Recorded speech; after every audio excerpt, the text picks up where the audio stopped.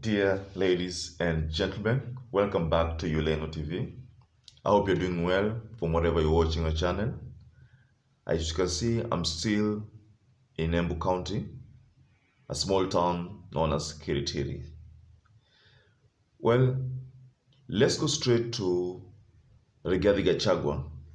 But before we talk about Rigathi Gachagua, please, if you're a visitor, as usual, take a moment and hit the subscriber button. Give us a thumbs up. You can comment. But if you're a subscriber, please take a moment, give us a thumbs up, and we really thank you for always viewing our videos, and you really support. I know you're really in support of us. Thanks a lot. Now let's go straight to Rigathi Gachagua. We know that Rigathi Gachagua is actually the Madeira MP at the moment, and the deputy presidential candidate who is in a joint ticket with William Samoei Ruto. Well, soon after unveiling of Rigathi Gachagua, we are all aware that the people of Tharaka Nithi were not happy because previously it was hinted that Kithure Kindiki would actually ascend to that position. But due to the jostling within Ruto's current residence, which took the whole day, there was all indications that the Kithure Kindiki factor was going to maybe be put aside. So Rigathi Gachagua ascended to that position. Now, we've had, since the unveiling, we've heard about so many disturbing comments from Kenya Kwanza players, especially Denis, Itumbi, Kipchumba Murkomen, and other players. Some saying that they ought to have settled on Kithure Kindiki because Kithure Kindiki, being an international law expert, is one of those people who are sellable internationally. But then, if you look at Rigathi Gachagua is marred by so many court cases related to corruption, and that might paint the Kenya Kwanza government in a wrong way. Look at Mount Kenya at the moment. There's the lower mountain and the upper mountain. So the lower mountain was not happy about that selection because they ask themselves, are we not also in Mount Kenya, or there is another Mount Kenya and we are considered as a second Mount Kenya? Are they special than us? Dear viewers, those have been the utterances on the ground. And as a result, the votes, the votes which were almost assured to Ruto might be faced. Those numbers might now on a declining trend. Some people are pulling out of Kenya Kwanza simply because Kithure Kindiki was not given that seat, because it's clear that they were voting within during that time before unveiling, and it happens that Kithure Kindiki might have won all the voting, all the time those people voted for a running mate. So Rigathi Gachagua was saying that Rigathi Gachagua is actually a burden to William Samoei Ruto, because the man, from what people are saying, is not sellable, while Ruto is one of those candidates who are highly ranked, most sellable, and it seems that locals are in love with the bottom-up approach. But then the picking of Rigathi Gachagua might cost William Ruto's chances of winning 60 to 70% of Mount Kenya votes. And Ruto needs this block very much. He needs it. We know very well that Rift Valley is almost his backyard. Almost 70% are almost assured to him, except for the Ma community and those other communities who are going to go Azimio. But Ruto with Rift Valley, you cannot, they are inseparable. But then Mount Kenya is also one of those blocks that Ruto needs so much.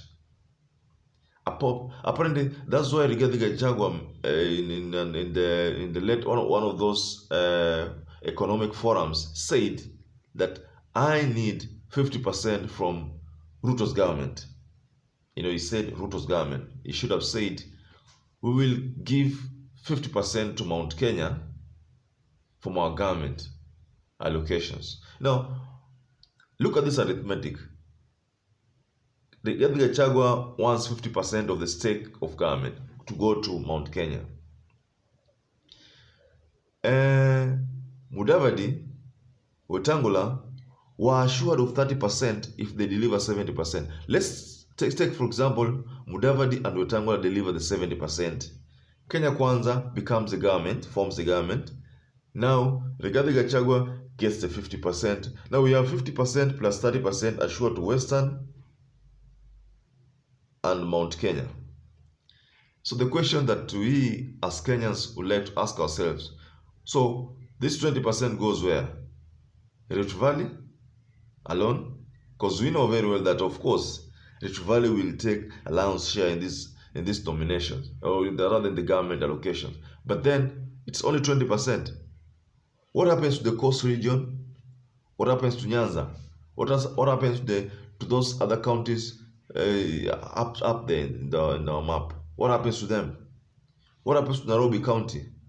It's the capital city. What about to the Ukambani counties?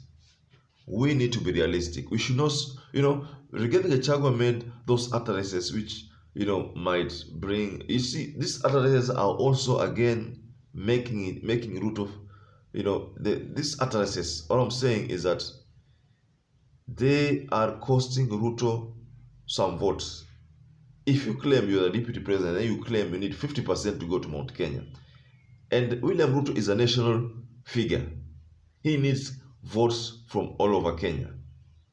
Do you think the people in Coast Province will feel good? That's a problem. We said that Rigathi Gachagua is a burden to William Ruto.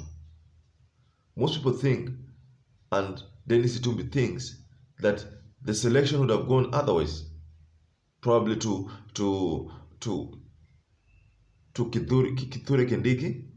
Maybe it would have been very easy for Ruto, because Kithure Kindiki is a reasonable man who's actually being an expert to national laws. I think Kithure Kindiki should have been the best bet for Ruto. I mean, the locals in Tharaka-Nithi are not happy. Of course, they are not happy because first, Kithure Kindiki wanted to vie for the governor's position. Then William Samoei Ruto talked him out of it. So he dropped his gubernatorial ambitions because he was assured of a top position.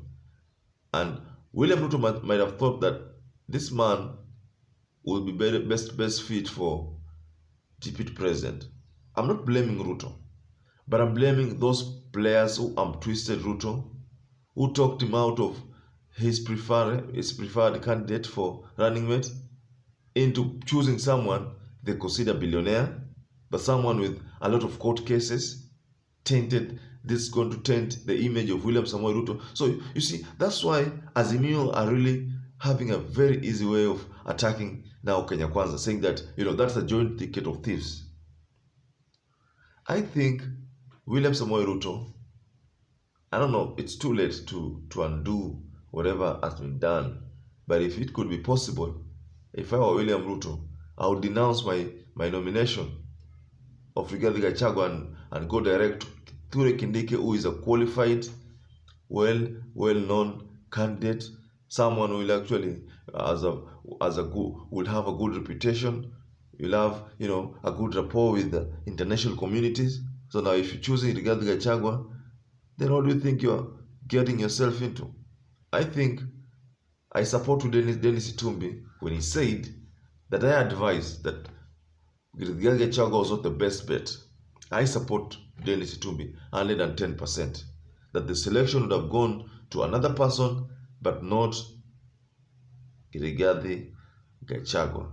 Now, viewers, I'm still trying to dig deep into this factor, Rigathi Gachagua factor, and I promise to unleash to you more news, more views as time goes. Please keep subscribing, keep telling a friend to tell a friend that TV needs subscribers, and like, please don't forget to like, give by giving us a thumbs up, because YouTube's algorithm increases your experience online when by recommending the channel to other people. Now, by doing that, we get more viewership, more recognition, and the channel goes up. Until later, have a lovely day. Bye bye.